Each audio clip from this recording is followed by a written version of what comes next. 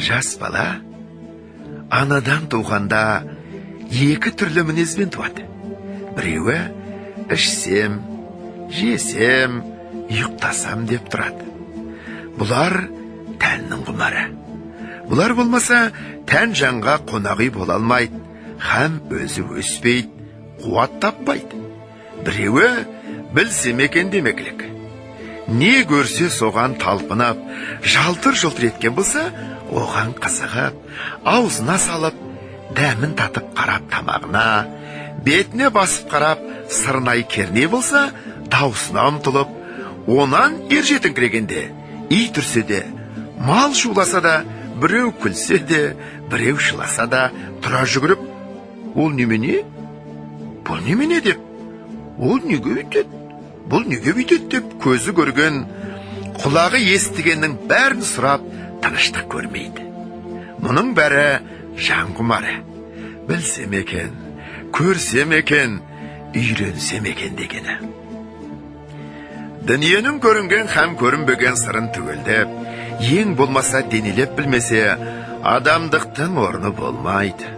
Оны білмеген соң, ол жан адам жаны болмай, хайуан жаны болады.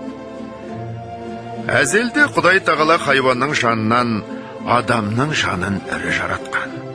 Сол әсерін көрсетіп жаратқаны. Сол қуат жетпеген, ми толмаған ессіз бала күндегі бұл немене?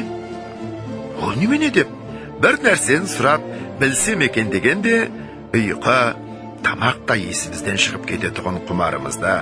Ер жеткен соң ақыл кіргенде орнын тауып ізденіп, кісісін тауып сұранып, ғылым тапқандардың жолына неге салмайды екенбіз?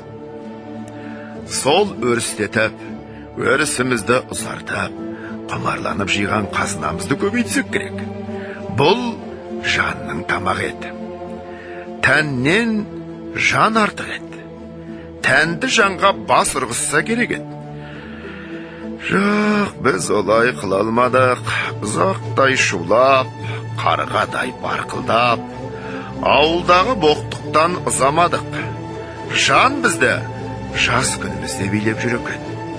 Ер жеткен соң, күш енген соң оған билетпедік. Жанды тәнге бас ұрғыздық.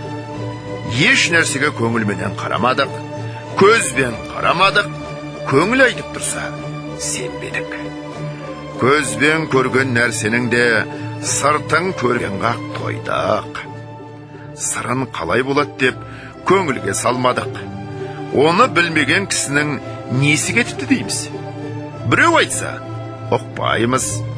Біреу ақыл айтса, әй шырағым, өз білгенің өзіңе, өз білгенім өзіме. Кісі ақылымен бай болғанша, өз ақылыңмен жарлы бол деген дейміз. Артығын білмейміз, айтып тұрса, ұқпаймыз. Көкіректе сәуле жоқ, көңілде сенім жоқ. Құр көзбен көрген біздің хайуан малдан неміз артық. Қайта бала күнімізде жақсы екенбіз.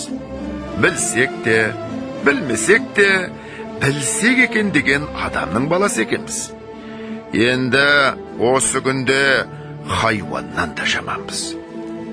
Хайуан білмейді, білемін деп таласпайды. Ал біз түк білмейміз.